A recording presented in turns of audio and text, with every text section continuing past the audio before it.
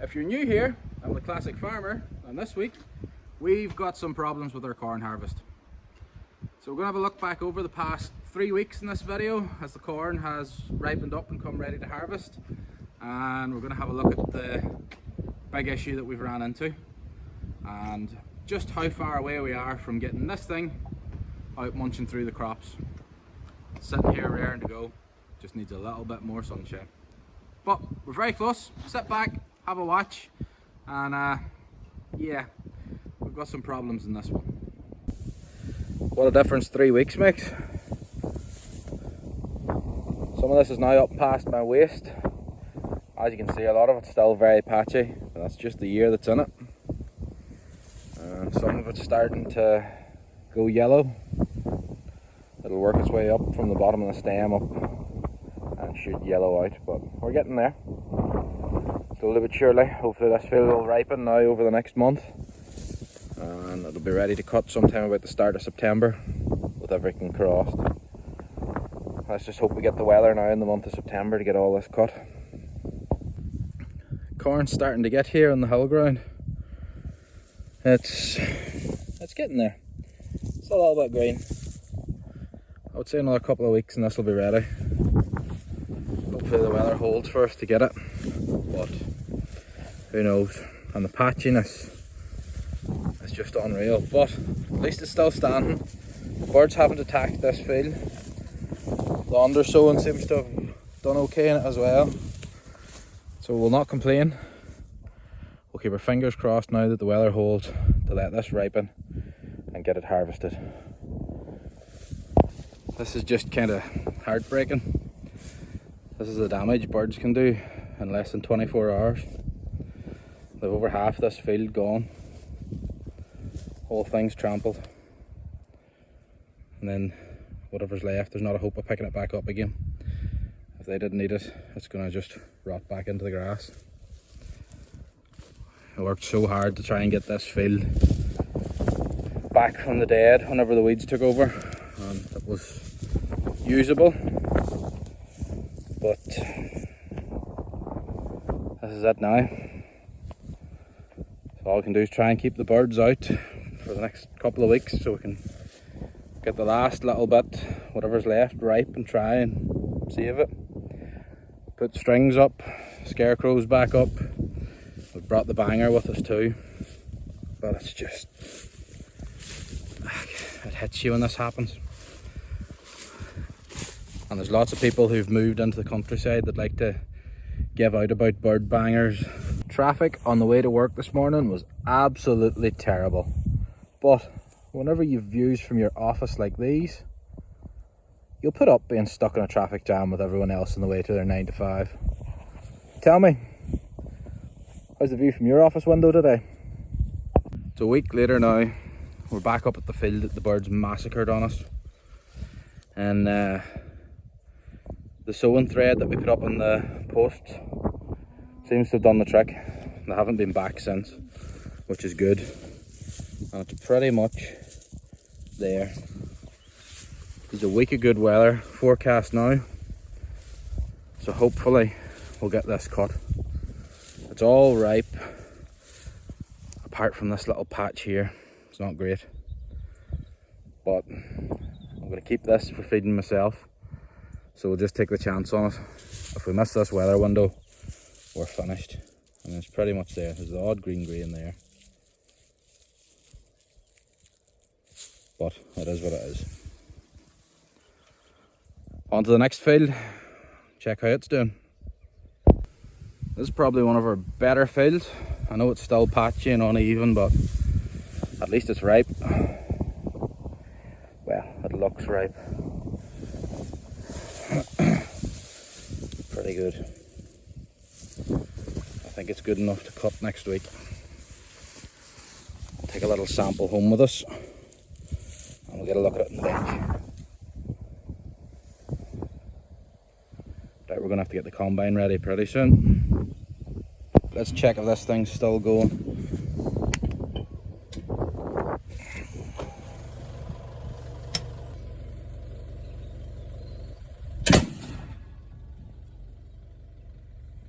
That works.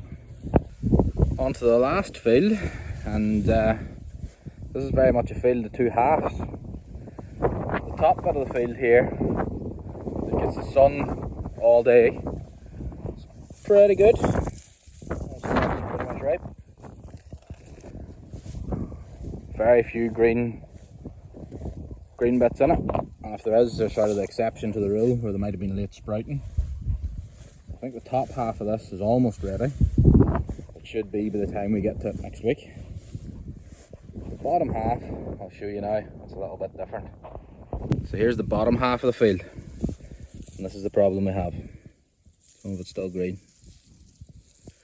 It's like we've almost had secondary shoots that have come up with the way the weather was, and now they're not ripening, whereas the rest of it is. So I don't know, we can maybe hang on, cut the top half of this field and hold as long as we can. Here's more. It's just not ripe yet. Just past the milky stage, but not ripe. I think what we'll have to do, we'll cut the other two fields, get the combine as far as this field, and we'll cut the top bit of this field that's ripe, and then just hang on to the very last of the weather window and cut this bottom bit, because I think once this window passes, that's going to be it. Whatever happens in the next 10 days, that's us.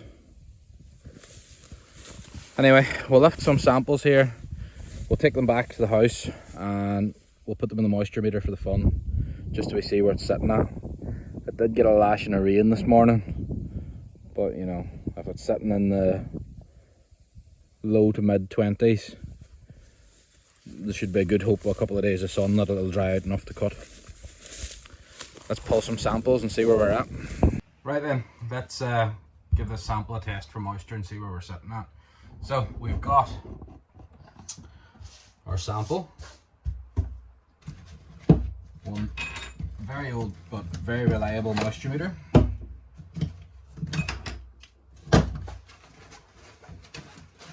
Now with this moisture meter, you can either crush the grains, which will give you a really accurate sample, or for the sake of what we want today, we just want a rough idea, so we can thrash it, put the grains straight in and give it a squeeze, and it'll give it a rough idea of what it's at. You're usually within 1 or 2% doing it this way, but if you want it to be perfectly accurate, crush your grains. Right, let's thrash it.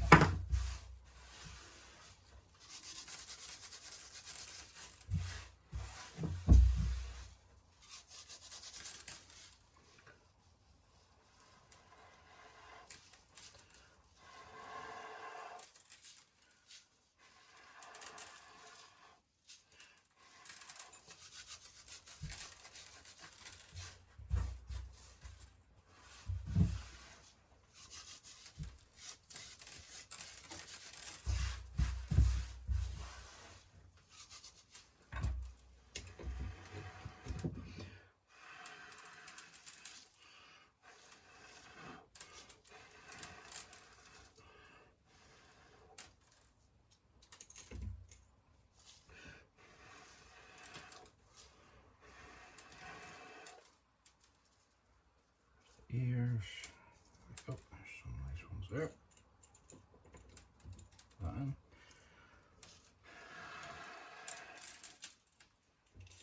That should be enough grey now. So, squeeze your moisture meter down. We had a shower of rain this morning, so we're going to set it to the after rain setting. And the way this works, we press the button here, and then we turn the dial until the moisture light lights. And when the moisture light lights up, that's your moisture reading. So,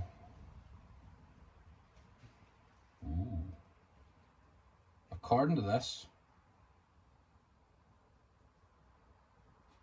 that feels at about 18% moisture.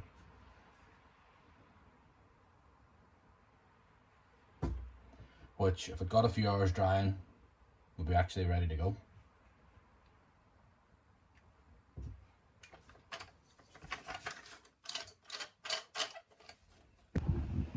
Well, if you like that, don't forget to come say hello in the comments, give me a like, and of course if you haven't subscribed to the channel, subscribe to the channel, because subscribers keep old machinery like this on the road.